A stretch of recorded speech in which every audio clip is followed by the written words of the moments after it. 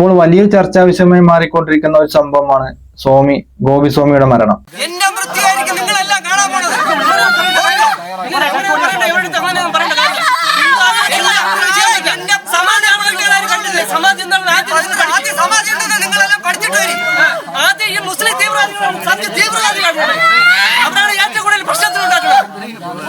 സ്വാമിയുടെ മകൻ പറയുന്നുണ്ട് ഇതിനെല്ലാം പിന്നിൽ മുസ്ലിം തീവ്രവാദികളാണെന്ന്.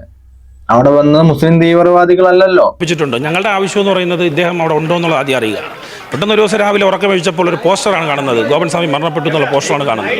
അപ്പോൾ അതുമായി ബന്ധപ്പെട്ടുകൊണ്ട് നാട്ടിലാകെ ദുരൂഹതയാണ്, എങ്ങനെ മരണപ്പെട്ടു എന്നുള്ളതാണ്. അപ്പോൾ നാട്ടിൽ നമ്മൾ പൊതുപ്രവർത്തനം ചെയ്യുമ്പോൾ ഞങ്ങളുടെ ആവശ്യമാണ് ഇതെങ്ങനെയാണ് ഇദ്ദേഹം മരണപ്പെട്ടത്, അവിടെ ഉണ്ടോ എന്നുള്ളത് അറിയാം. അല്ലാതെ ഇവിടെ നടത്തുന്ന ആചാരങ്ങൾക്കോ പ്രവർത്തനങ്ങൾക്കോ പൂജകൾക്കോ ഒന്നും ഞങ്ങൾ തടസ്സമല്ല, ഒരു തരത്തിലും തടസ്സമല്ല. എല്ലാവർക്കും എല്ലാ പൂജയും നടത്താനുള്ള എല്ലാ അവകാശവും കേരളത്തിനകത്തുണ്ട്, എല്ലാ സാഹചര്യവുമുണ്ട്.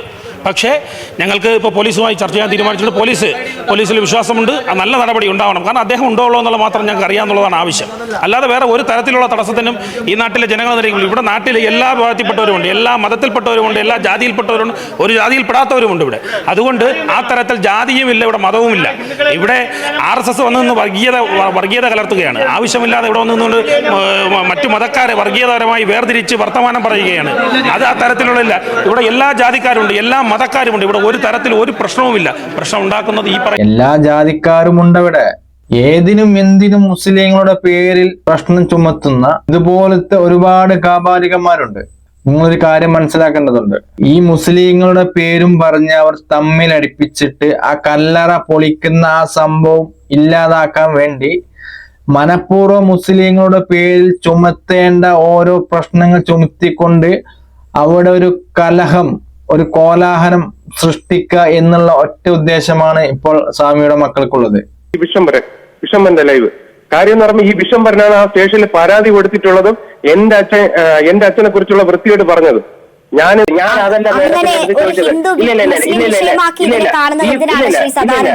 താങ്കളുടെ അച്ഛന്റെ മരണവുമായി ബന്ധപ്പെട്ട് ഒരു സംശയം ഉണ്ടായി, അവിടെ നിയമ നടപടികൾ നടക്കുന്നു. മറ്റൊരു മുസ്ലിമിന്റെ വീട്ടിലാണ് ഇതുണ്ടാകുന്നതെങ്കിൽ അവിടെയും അത് നടക്കും, ഒരു ക്രിസ്ത്യാനിയുടെ വീട്ടിലാണെങ്കിൽ അവിടെയും നടക്കും. ഏത് മതത്തിൽ പെട്ടവരായെങ്കിലും ഈ രാജ്യത്തെ നിയമം എല്ലാവർക്കും ബാധകമല്ലേ? അതിനെ ഒരു ഹിന്ദു മുസ്ലിം വിഷയമാക്കുന്നത് എന്തിനാണ്?